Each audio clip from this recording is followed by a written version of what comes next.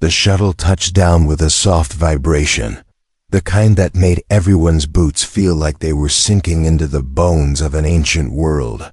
The crew of Earth's first peaceful contact mission had trained for every possible alien greeting. From the stiff, ceremonial bows of the Bracari to the tentacle salutes of the Zinfari. But none of them had imagined this. The Velatria moon was quiet, its blue sand shifting gently in the wind like it was breathing. And the sky above was an ocean of gold and lavender.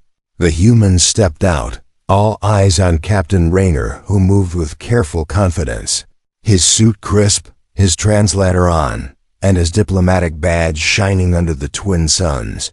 The alien delegation stood in a perfect line, tall and glowing with a soft bioluminescent shimmer. Their skin was smooth and silver, their eyes large and unblinking.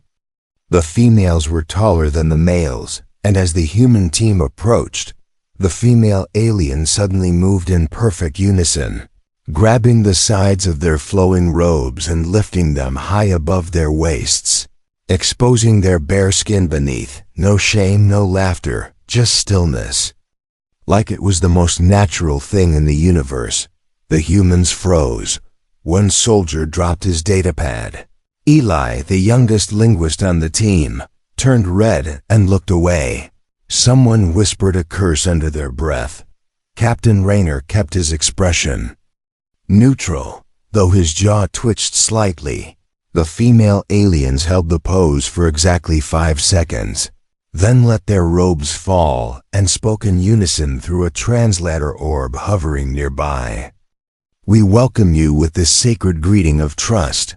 No one spoke for a full 10 seconds. Only the soft wind moved, brushing past the awkward silence like it was trying to hide it. Raynor finally stepped forward, cleared his throat, and responded. "We are honored to be received with your sacred tradition," even though he had no idea what just happened. The translator beeped, and the alien leader, taller than the rest with silver threads braided into her hair, nodded and smiled. The humans were led into a shimmering crystalline hall, smooth and cool to the touch.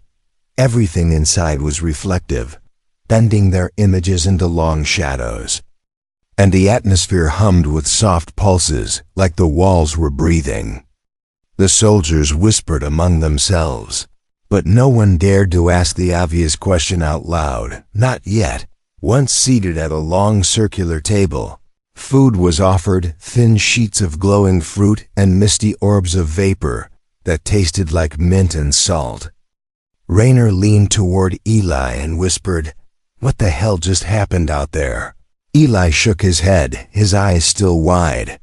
"There's no record of this in any cultural database. Not from Velatria or its satellites. It wasn't in the pre-contact data either." Raynor's brow tightened. "Do you think it was some kind of test?" Eli hesitated, then shook his head again. "No, sir. They were serious. They weren't joking or mocking. They did it like it was something sacred." Just then, the alien leader stood and walked toward them, her movement graceful. Like water flowing downhill, she raised her hand and spoke gently. "I sense confusion. Do you wish to ask about our greeting?" Raynor stood, nodded respectfully. "Yes, Your Highness. We are unfamiliar with your traditions on Earth. Such a gesture would be considered private." The alien tilted her head, her large violet eyes studying him like a curious child. "It is not private here. It is a gesture of peace, openness, and complete absence of threat. We reveal ourselves to show we carry no weapons. No lies, no deception." A murmur moved through the human crew. Raynor managed to smile. "We appreciate your honesty and your openness, truly." The alien leader stepped closer to Eli, her eyes narrowing slightly. "You feel discomfort, young one. Is it shame or confusion?" Eli straightened, nervous. "Both, I suppose. I did not expect such a greeting." She looked at him, eyes thoughtful. "Then perhaps you are the one we have waited for." Everyone looked at her in confusion. Even the male aliens whispered among themselves. Raynor asked, "Waited for what?" The leader turned and gestured toward a hallway glowing with deep violet light. "Come, let me show you something your ancestors left behind." Raynor motioned for two soldiers to follow, along with Eli and their historian, Dr. Wren. The hallway led them deeper into the alien complex, where the walls were lined with carvings, symbols half buried in the crystalline structure. At the end of the hall was a chamber, locked with glowing runes. The alien leader placed her palm on the stone, and it slid open with a soft sound, like sand slipping between fingers. Inside was a floating cube, pulsing with faint blue light. It hovered above a carved pedestal, and the carvings on it were not alien. They were Earth language, old Earth, pre-colonial dialects and symbols from long before space travel. Dr. Wren gasped. "This is ancient Terran script." Eli stepped closer, his hand trembling. "Why is it here?" The alien leader smiled softly. "Because he left it behind, the first human. The one who came in fire and silence. He was not like the others. He spoke of many strange things, and when he died, he told us to greet his people as he once joked. He said, 'Back home, if a girl likes a man, she lifts her dress.' We thought it was a custom of bonding, of trust." Eli's breath caught. It was a joke. He was joking. The alien looked confused. "A joke," Raynor sighed, pinching the bridge of his nose. "Humor.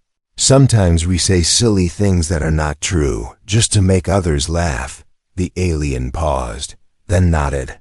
"Ah, then perhaps we have misunderstood for 300 years." There was silence, a thick and uncertain silence. Then the alien leader added, "But it brought peace, and it taught us to trust, and we have passed it down ever since, as sacred." Raynor looked at Eli, then at the floating cube. "We need to understand more about this first human." Eli nodded. "And maybe explain some Earth humor along the way." The alien leader turned, robe shifting gently as she walked back toward the hall. "Then come, children of Earth, your presence has awakened the old light again." And as they followed her deeper into the strange moon's memory, no one could shake the feeling that something ancient had just been stirred. The chamber hummed with quiet energy as the human team stood still. The cube floating in the center seemed alive, its soft blue glow pulsing gently like it had a heartbeat of its own. Ayla's hand hovered near it, but didn't dare to touch it. Behind him, Captain Raynor watched with narrowed eyes. Dr. Wren whispered to herself while studying the ancient Terran symbols carved into the surrounding walls. The air was thick with silence and something unspoken, something that felt like memory and warning at the same time. The alien leader stood with her hands folded, her silver hair falling like strands of moonlight, her voice calm as she said, "This chamber has been closed for many lifetimes. Only now does it open again. Only now does it call." Eli turned to her, his voice uneasy. "Who was he, the first human who came here? What was his name?" The alien woman blinked slowly, her eyes soft and unreadable. "He called himself Kasen. He fell from the stars in a burning ship. He was broken and afraid. But his words made us feel safe." Raynor stepped forward. "And he created the dress-lifting ritual." The alien nodded slowly. "He said it as humor, but it changed us. We believed it showed trust, vulnerability, and bond. We believed it made you feel welcome." Eli's eyes flicked back to the cube. "But what does this device do? Why did it glow when I came near?" The alien didn't answer right away. Instead, she reached into a pouch at her side and pulled out a small crystal shard, placing it gently into a slot near the cube's base.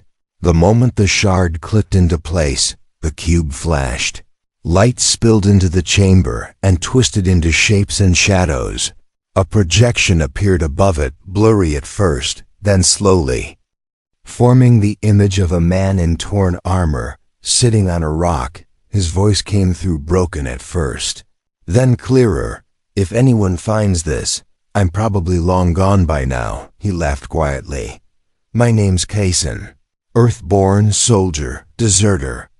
Maybe survivor, definitely." The image flickered. Kaysen leaned forward, eyes sunken but calm. "I told them a joke, and now they treat it like a holy act. I didn't mean for it to be like that, but they needed something to believe in, something to hold on to," Eli whispered. He knew they misunderstood him. Kaysen's voice continued. "I couldn't tell them the truth. I didn't want to take it away from them. So I let the story grow. I let it become something they needed." Rayner's arms were crossed now, deep lines on his forehead. "He made peace with a lie, Doctor." Ren spoke softly. "Not a lie maybe, but a misunderstanding that turned into a myth." The alien leader moved closer to the cube. "We believed his words because they brought no harm, only unity, only warmth." The light dimmed again, and the image faded, leaving only silence behind. Eli stepped back, his thoughts tangled. "So this whole tradition, this sacred greeting, it's based on a joke Kaysen made to calm people down." The alien leader's eyes never left him, perhaps. "But that joke brought us centuries of peace. No war, no betrayal, no fear. Does it matter if the seed was planted by mistake?" They all walked back into the crystal corridor, the cube now sealed once again. The alien guards watched in silence as the humans passed. Some even gave the sacred greeting again, lifting their dresses with solemn faces. This time, the humans didn't react the same. They nodded with quiet respect, still confused, still unsure, but aware now of the deep meaning it held for the people of Velatria. Back in the main hall, Eli sat alone at a curved table carved from glowing stone, a tablet in his hand, scanning everything he could about ancient Earth languages and old rituals. Something about the symbols in the chamber felt familiar to him, but he couldn't place it. It felt like a memory that wasn't his, just on the edge of his mind, like someone else's dream he had stepped into. Dr. Wren joined him, her voice low. "Did you feel anything back there? Anything strange?" Eli nodded slowly. "Like I belonged there, like the cube knew me." She gave him a long look. "That cube responded only to you. No one else, not even the alien leader." He looked up at her, his voice quiet. "What if it's more than a memory recorder? What if it's alive?" Meanwhile, Captain Rayner was deep in conversation with the alien council, trying to explain Earth customs without offending anyone. "On our world," he said carefully, "lifting clothing is usually done in private, as a symbol of intimacy, not diplomacy." The council members looked at one another, their faces blank but their antennae shifting in alarm. The alien leader raised her hand. "But we never viewed it with shame. We saw it as opening one's true self. Are humans afraid of such openness?" Rayner sighed. "Not afraid, just different. We use words to connect first, then gestures." The alien nodded. "Then perhaps we have much to teach each other." She turned to a younger alien woman beside her, whispering something. The girl's eyes widened, and she rushed off toward the archives. Within moments, she returned holding a scroll wrapped in glass-like vines. Trembling slightly, the alien leader unwrapped the scroll carefully and placed it on the table, revealing strange spiral patterns with tiny Earth letters woven into the edges. Dr. Wren gasped when she saw it. "These characters are from Kaysen's time, maybe even older." Eli moved closer, the moment his eyes landed on the symbols. They began to glow softly, a pulse of light running along the lines like it had been waiting for him. The alien council gasped, some stepping back, others bowing. "He is the chosen echo," one whispered. Eli felt something heavy inside his chest. Not fear, but a pressure building from within. Like a door unlocking in his thoughts, he reached toward the scroll. Not touching it, but hovering just close. Enough, and suddenly his vision blurred. In a flash he saw a memory that wasn't his. A battlefield, fire, a burning ship falling from orbit, alien hands pulling him from wreckage, and a voice saying, "Let them believe. Even if it's not true." Eli blinked and stumbled back. Breathing hard, Raynor caught him. "What did you see?" Eli looked up, voice shaking. "Kassan. I saw his final moment. I felt his choice. He gave them a myth to stop a war. And they believed it. And now that myth is alive in me." The alien leader stepped forward, her voice calm but filled with awe. "Then the sacred bond has awakened again, and you must decide what it means for both our worlds." And as the lights dimmed once more, and the scroll closed itself, Eli knew this mission had changed. It was no longer just diplomacy. It was something deeper, something ancient that had chosen him before he was even born. Eli stood frozen as the last pulse of light faded from the glowing scroll, his heart pounding like a drum trapped inside his chest. Around him the alien council whispered in their soft melodic tones, their large eyes fixed on him as if he had just walked out of one of their oldest stories. The scroll that had reacted to his presence curled shut again, the crystal vines wrapping themselves tightly like it was afraid to be seen for too long. Captain Raynor stepped beside him, his hand gently resting on Eli's shoulder. "You all right?" he asked in a low voice. Eli nodded, but his mind was far away, still caught in the strange memory that wasn't his. The burning ship, the wounded soldier, the desperate eyes of Kassan, and the feeling of something ancient reaching for him through time. The alien leader moved forward slowly, her robe flowing like liquid silver behind her. She held something in her hand, a small ring carved from a glowing stone. She held it up before Eli and said, "This belonged to him, to Kassan. He gave it to our queen, and before her death, she placed it here, sealed in our oldest archives. It has not responded to anyone in 300 years, until now," she handed it to him without fear, without hesitation, and the moment it touched Eli's palm, the ring warmed like it had remembered him. It vibrated softly, humming with a low note only he could hear. Eli looked at the leader, eyes wide. "What does this mean?"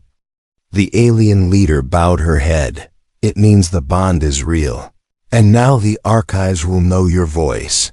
They led him deeper into the crystalline city, down a path that shimmered with strange lights dancing in the air like tiny spirits. The halls narrowed as they went lower, and the walls began to change, no longer smooth and glowing, but carved with symbols that looked older than language itself.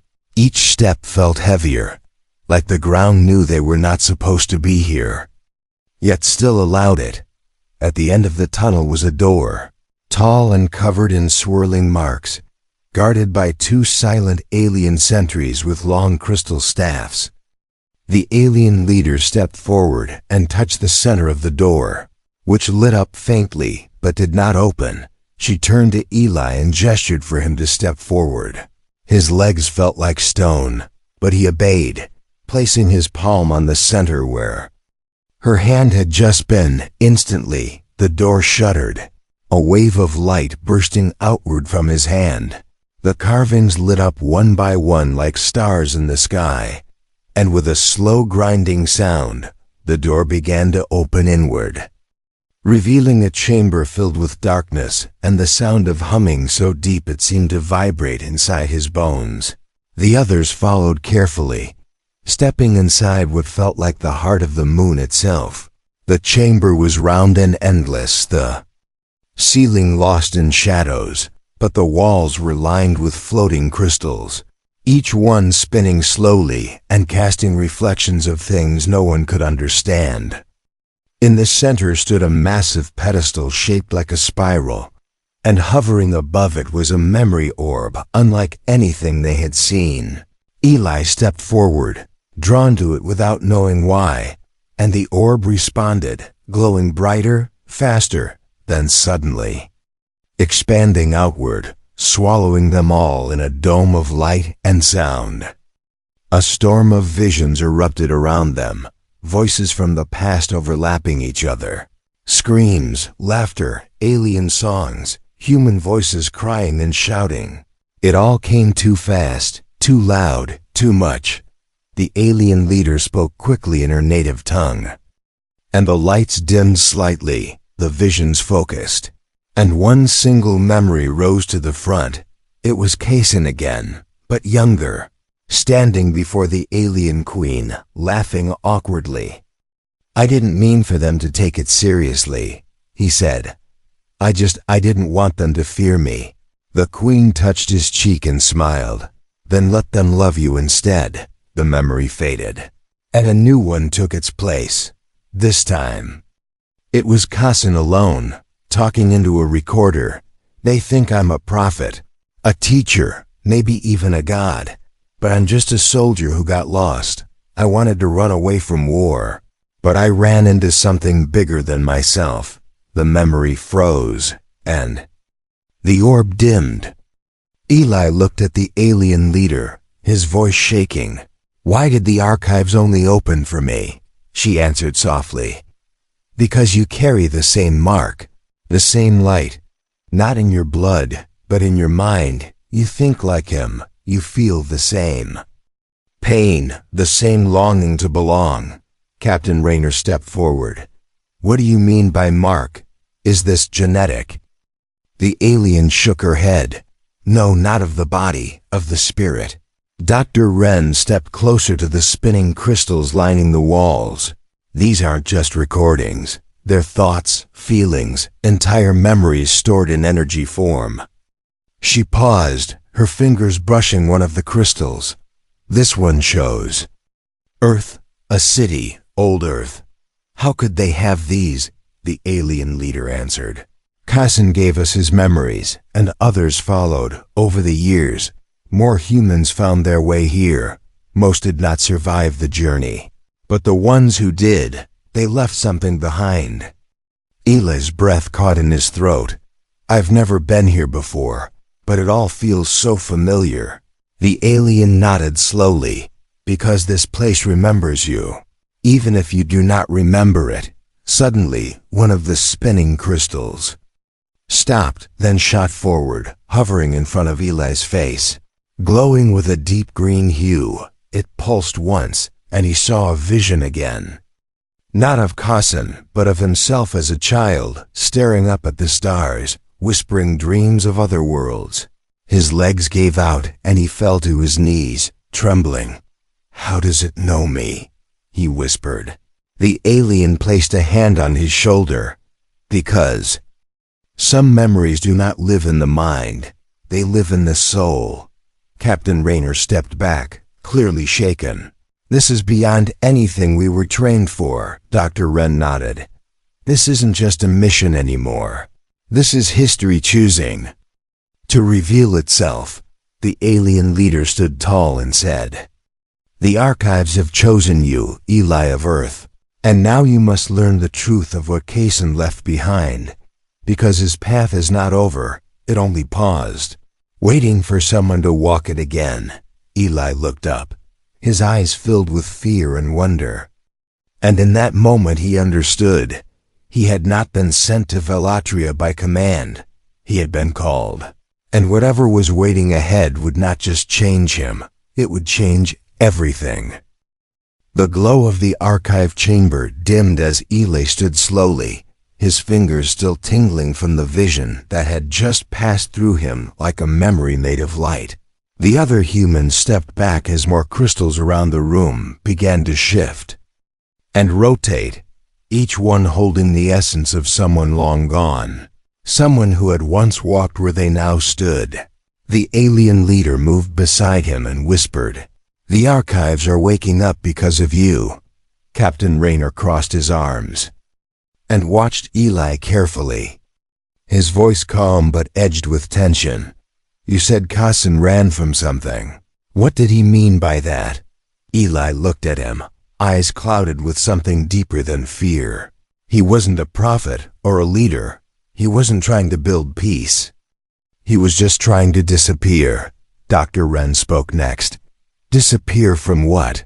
From war, from his past, or from something worse? The alien leader raised her hand and one of the crystals floated forward, larger than the rest and glowing. A soft red.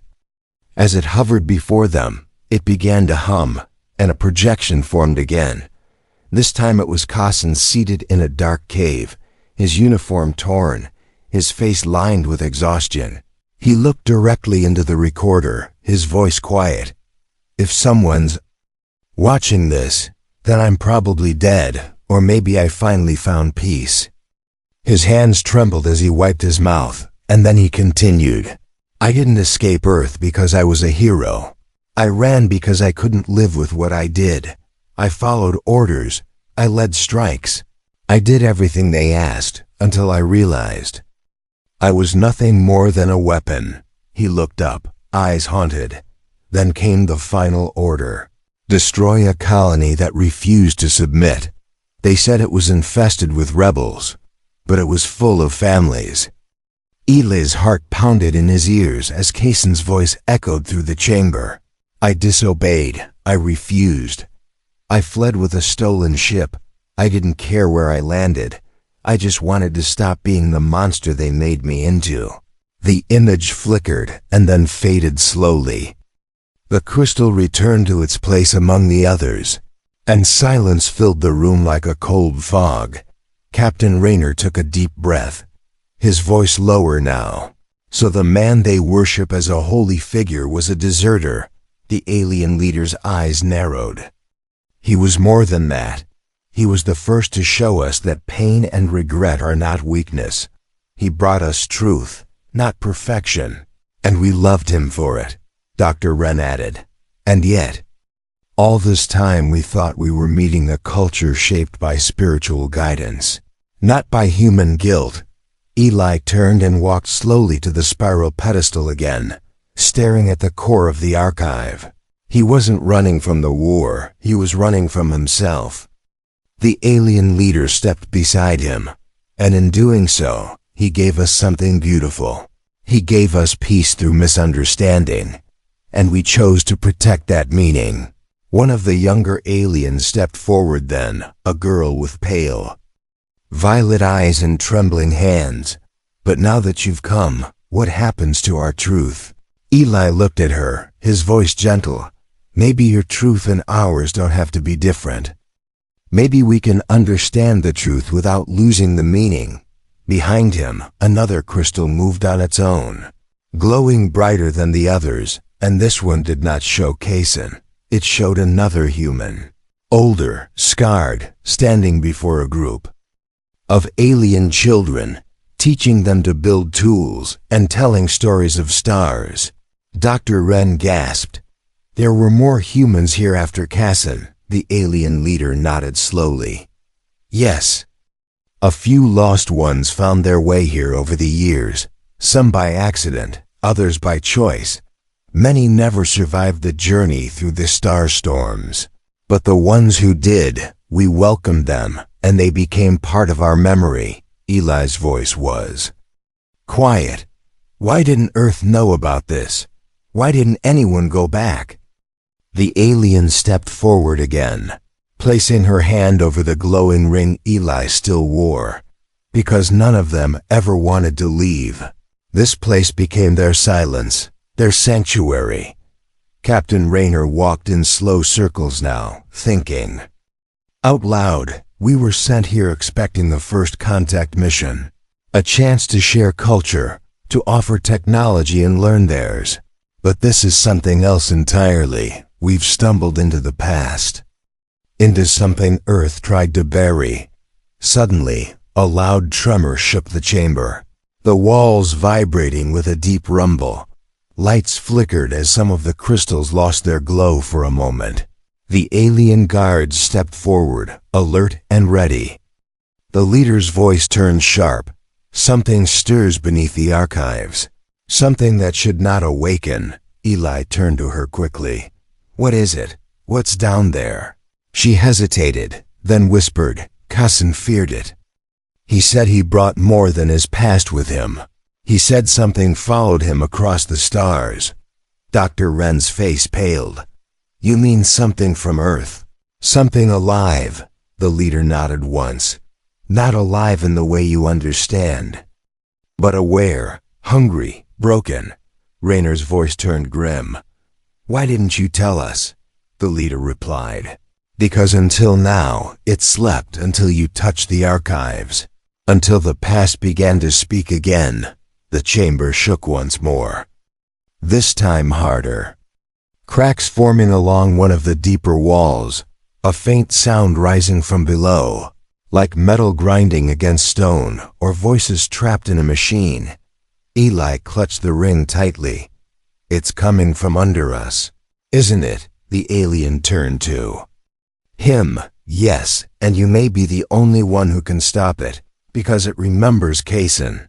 And now it remembers you. Dr. Wren stared into the shadows, her voice barely above a whisper. What if it wasn't guilt Kassan was running from? What if it was a weapon? The alien leader raised her staff, tapping it against the ground. A shimmering path opened at the back of the chamber, leading downward into the deep veins of the moon. You must come with me, all of you. The heart of this moon hides a secret Kassan never wanted us to find. But now we must. Eli nodded, his voice steady despite the fear. Then we go together, and as they stepped into the path lit by memories and shaped by ancient pain, no one spoke. Because in their hearts they all knew that what waited below was not just history. It was the truth that had been locked away for centuries, and now it wanted to be seen. The air grew colder as they stepped onto the glowing path beneath the archive chamber. The walls around them pulsed with strange blue veins, and the ground beneath their feet felt softer with every step, like they were walking on something alive. Ele stayed close to the alien leader, the crystal ring on his finger now warm to the touch, glowing brighter the deeper they went.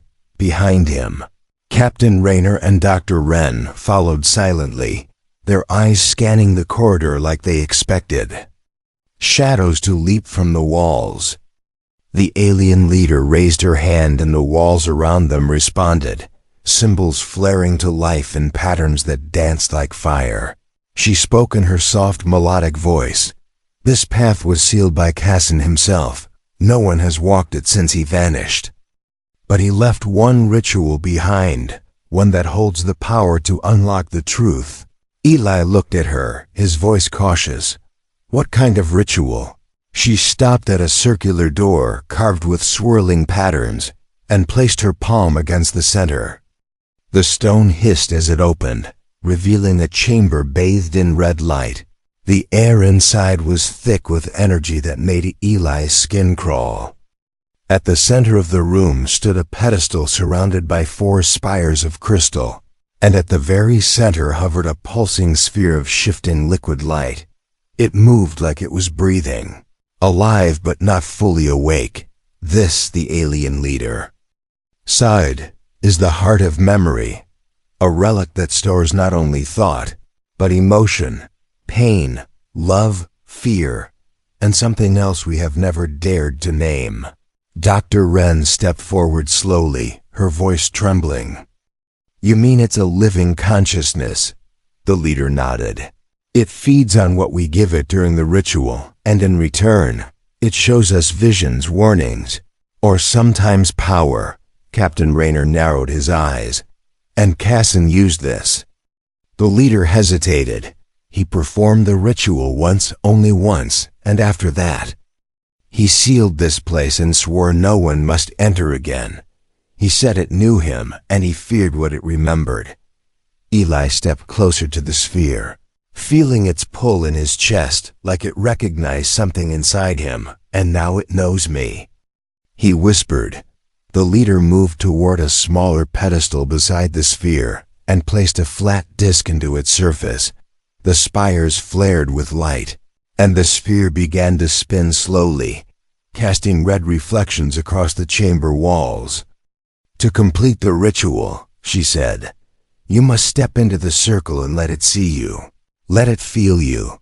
You must open your mind, your heart, and your soul. If you resist, it will hurt you. If you lie, it will reject you. Raynor stepped forward quickly. Hold on. This sounds dangerous. If this thing can dig through memories, what else can it do? The leader turned to him. Her eyes dark and serious. It does not destroy, it reveals. The pain comes only from what is already inside you. Eli looked at her, his voice low. And if I do this, what will it show me? The alien's voice dropped to a whisper. Only what you are not ready to see. Eli stepped into the circle, the energy from the sphere wrapping around him like 1,000 invisible threads. The air thickened, and the room fell silent. The light grew brighter until his body disappeared into it, and then the visions came. He saw Earth, broken and burning, ships falling from the sky, screams echoing through ruined cities. He saw soldiers with dead eyes and hands stained with blood. And then he saw Kaysen, kneeling in the middle of the destruction, whispering, I did this. I followed orders. I closed my heart. The vision twisted, and suddenly Eli was inside. Kaysen's mind, feeling the weight of guilt, the endless nights of silence, the longing to disappear. Then the vision changed again. Eli saw himself as a child, alone under the stars, whispering dreams of alien worlds and forgotten places. He saw moments of his own fear, his doubt, his hidden wish to matter, to be someone. And the sphere spoke in a voice that was not a voice, more like a storm passing through his chest. You carry his pain, you carry his fear. But will you carry his burden? The light flared, and Eli screamed, his mind filling with every hidden memory, every locked-away thought he had never dared to face. It tore through him like a blade made of truth, and just when he thought he would fall apart, it stopped, the light faded, and he collapsed on his knees, breathing hard, sweat running down his face. Raynor and Ren rushed forward, but the alien leader held out her hand. Let him be, the ritual is not over. The sphere pulsed once more, and a thin thread of light reached out from it, touching the ring on Eli's finger. The ring glowed so bright, it turned white. And then the walls of the chamber changed. Symbols appeared everywhere, glowing with a golden hue, moving and shifting to form a pattern, a star map. Dr. Ren gasped. That's not just a map. That's a route. Coordinates across uncharted space. The alien leader stepped forward, eyes wide. These were hidden in the ritual, stored by Kaysen, a path he never took. Eli stood, weak but alive, and looked at the map. He was trying to lead someone somewhere. Or maybe he was running from something worse. The sphere dimmed now, shrinking into a smaller orb that hovered silently over the pedestal. Its task complete, its voice quiet once more. Raynor looked around the room, his voice tense. What if this path leads to what chased Kaysen? What if he didn't run far enough? The alien leader nodded slowly. That is the dangerous secret he hid inside the ritual. Not just memory, but a warning. Eli looked down at the ring, the glow fading but still warm.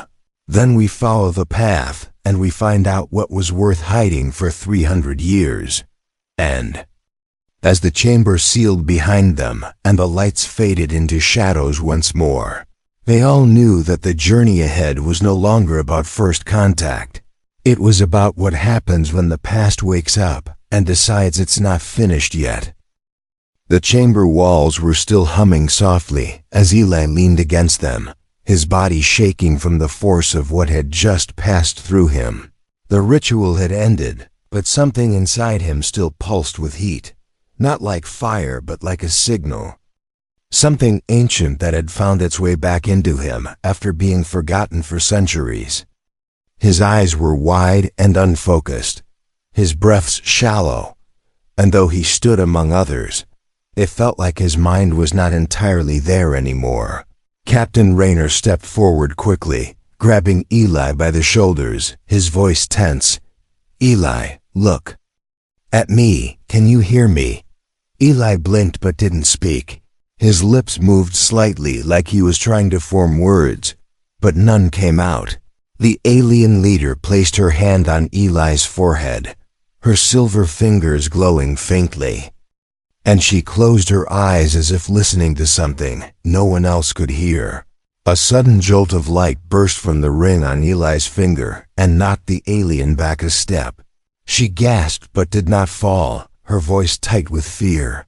The ritual didn't finish properly. The heart of memory showed him something too large, too deep, and now it is eating through his mind like fire trapped in glass.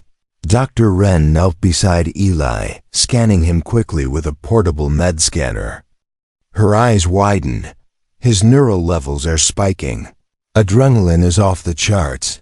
His brain is firing signals faster than any normal human can survive. Raynor turned sharply toward the alien leader, his voice harsh. "You said the ritual only reveals truth. You didn't say it could kill him." The alien's face was pale now, her glow dimmer. "No one has done it in 300 years, not since Kaizen, and he was never fully human after." Eli suddenly groaned, falling to his knees as if something inside him was tearing apart. The red marks of energy began forming along his arms, not like wounds but like symbols made of heat. Glowing and alive, one of the younger aliens gasped, pointing to the symbols. "Those marks, they are the same as the forbidden ones carved into the deep pillar." The alien leader's eyes widened. "But that place has been sealed for ages. Even we do not know what lies beneath it." Dr. Wren's voice trembled. Whatever the heart showed him, it connected him to something buried, something powerful and dangerous. Eli clutched his head and cried out, a sound so raw it echoed through the walls like an alarm. The sphere in the ritual chamber pulsed again, even though no one had touched it. Its surface cracked slightly as if responding to his pain. Raynor turned to the alien guards. "We need to get him out of here now." But the alien leader stepped in front of him, blocking his way. "If you remove him now, the process may break him permanently. The energy must be stabilized or it will consume him from the inside." Wren looked at the ring, then at the floating crystals surrounding the chamber. There has to be a way to finish the ritual safely, a countersignal, a release command. The alien leader nodded slowly. "There is one, but it must be performed by another, someone who shares his resonance. Someone the heart will recognize as familiar." Raynor stared at her. "You mean someone with Kaizen's echo?" The alien looked toward Eli and then toward the youngest alien woman in the room, the one with violet eyes and trembling hands. "She is bonded to the memory of Kaizen through lineage, not blood but connection. Her ancestor was the one Kaizen loved." The girl's voice shook. "I don't know if I can do it. I've never entered the ritual light before." The leader placed a hand on her shoulder. "You must, or the human will die." Eli's body convulsed again. His eyes rolled back, and strange whispers filled the chamber, not from his mouth but from the walls. The symbols along the stone pulsed like a heartbeat, and the floor beneath him cracked slightly. The alien girl stepped forward slowly, placing her hand over the ring on Eli's finger, and the moment she touched it, both of them were engulfed in a wave of blue and gold light. The room dimmed, and the light formed a dome around them, sealing them inside something neither space nor thought. Inside the dome, Eli floated weightlessly, and the girl stood before him, her voice clear despite the silence. "I'm not him, but I carry what he left behind. You are not alone in this pain." Eli's eyes opened slowly, and for the first time he spoke. His voice distant and layered. "It burns, everything burns." The girl stepped forward and placed her forehead against his, and the light shifted to white, then to green, soft and warm like wind after a storm. Outside the dome, everyone watched in silence as the chamber quieted. The cracks stopped spreading. The sphere shrank again, its glow fading into stillness. The ring on Eli's finger turned clear like glass, and then the light vanished altogether. Eli fell forward, but the girl caught him, both of them trembling but alive. Dr. Wren rushed forward with medical supplies, scanning him again. Vitals stabilizing, brain activity slowing down. Whatever she did, it worked. Raynor looked at the alien leader. "Is it over?" The leader nodded slowly. "The ritual is complete. But something inside him is now marked. Something that was never meant to wake has turned its eyes toward him." Eli blinked slowly, his voice hoarse. "I saw it. I saw the thing Kassan feared. It was buried in the stars, in the silence between systems. It's not just memory, it's alive," Wren whispered. "A living memory, a weapon, a being of thought and force." Eli nodded weakly. "And it knows I exist. Now."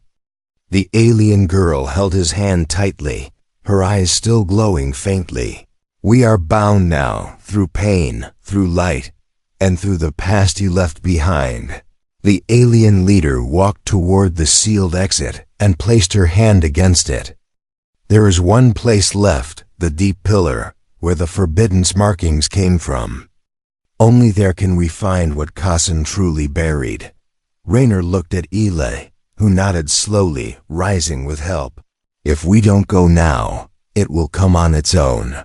And as the doors opened and the shadows beyond shifted with unseen movement, everyone understood that what had happened here was only the beginning, because the human had nearly died during the ceremony, but something else had lived again because of it. The path to the deep pillar was not carved in stone like the rest of the archive halls. It was raw, ancient, untouched by time or technology. The walls seemed to breathe, and the deeper they went, the colder it became, not like air losing warmth, but like stepping into the forgotten breath of something old. Eli moved slowly, still weak from the ceremony, but each step felt pulled by something inside him, something that wanted him to see what Kassan tried to bury. The alien leader walked ahead, holding a glowing staff carved with the same symbols that had burned themselves into Eli's skin. Beside her walked the violet-eyed girl, now quiet, her hand never far from Eli's arm. Raynor and Wren followed silently, weapons ready but uncertain whether bullets or logic could help against what waited below. The deeper they went, the more the walls pulsed with veins of red light, like blood trying to wake the heart of a sleeping god. Finally they arrived at a massive stone gate, untouched by even the light of the archive crystals.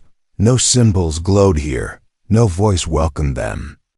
Only silence, heavy and ancient. The alien leader turned to Eli, her voice barely louder than a whisper. "This place was sealed by Kassan with his own blood. No key or code can open it. Only one who carries the same flame can pass through." Eli stepped forward and raised his hand, the ring on his finger now clear like frozen time. The moment his palm touched the gate, the stone shuddered, cracks spreading like lightning, and the silence broke with a low hum that shook the air. The door split down the center and opened, slowly revealing a chamber bathed in darkness thicker than shadow. They stepped inside as the gate closed behind them, sealing out the world above. The deep pillar rose from the ground like the spine of a dead god, tall, black, covered in carvings no one had ever dared to read aloud. The walls around it were curved inward, like the chamber itself was trying to keep it caged. Dr. Wren stepped close, scanning the structure, her eyes narrowing. This material, it's not natural, not even forged. It's grown. Raynor raised his weapon instinctively. And it's still breathing. Eli moved closer, drawn not by curiosity, but by something deeper. A pressure in his mind that whispered in his own voice. The symbols on the pillar flared red as he approached, glowing with heatless fire. He placed his hand on the surface, and suddenly the room pulsed with energy. The floor shook, and the carvings began to move. Not crack or break, but actually shift and rearrange themselves like they were alive. The alien leader shouted. It recognizes him. The seal is breaking, but it was too late to stop. Eli's mind was pulled into the pillar like a thread caught in spinning gears. He saw stars folding into themselves, ships burning across the void, and a scream that did not belong to any voice, only a thought, trapped for centuries, howling. Through space, he saw Cassine, older, broken, blood dripping from his fingers as he carved the final symbol to seal this place. His voice filled with fear. No one must find it, not ever. Eli fell to his knees, the vision tearing through him, but the pillar kept moving, kept changing. The chamber began to collapse inward slowly, not from damage but from release, like something beneath was pushing up, rising through the cracks. Wren screamed. It's waking up. He wasn't just hiding memories, he was burying something alive. The alien girl ran forward and grabbed Eli's shoulders, trying to pull him back. But the pillar was holding him with invisible chains of energy and memory. Raynor fired his weapon at the base of the structure, but the bullets vanished like dust in water. The pillar didn't crack, didn't react. It just kept humming, louder. Now louder with every second. Eli cried out. It wants out. It remembers what Cason did. It remembers him through me. The alien leader stepped beside the girl, chanting in her ancient tongue, her staff glowing white now, brighter than anything. In the room, she looked at Eli with a strange calm in her eyes. There's one way to stop it, but it must be you. Eli looked at her through tears and pain. Tell me. She reached out and placed the staff in his hands. You are the echo of Cassine, but you are not him. You must choose a different end. Seal it not with fear, but with will. The alien girl placed her hand on the staff too, her voice shaking. I will help. I carry his love. We can do this together. The pillar screamed now, a sound that shook the very atoms in the room. The symbols glowing so bright they bled into the air. Eli raised the staff, and with the last strength he had, slammed it into the ground. The light burst outward like a wave, washing over the pillar, the chamber, and all of them inside. The carvings froze, the screaming stopped, and the red glow dimmed into silence. Then the pillar cracked from top to bottom, not from release, but from surrender. The light faded, and the pillar turned gray, lifeless. The chamber stopped shaking, and for the first time in centuries, the deep pillar fell quiet again. Eli collapsed into the alien girl's arms, her own strength fading fast. Raynor and Wren rushed to them, helping them both up. The alien leader looked at the fallen structure and whispered, It's done. The thing he buried will sleep once more. Dr. Wren looked at the pillar with wide eyes. But for how long? Eli stood slowly, breath heavy but clear. As long as we remember. and never come back. They made their way out of the deep pillar, the gate sealing behind them, this time with no sound, no hum, only peace. The path back to the surface was quiet, the red veins no longer glowing, the air lighter, and the weight in their hearts.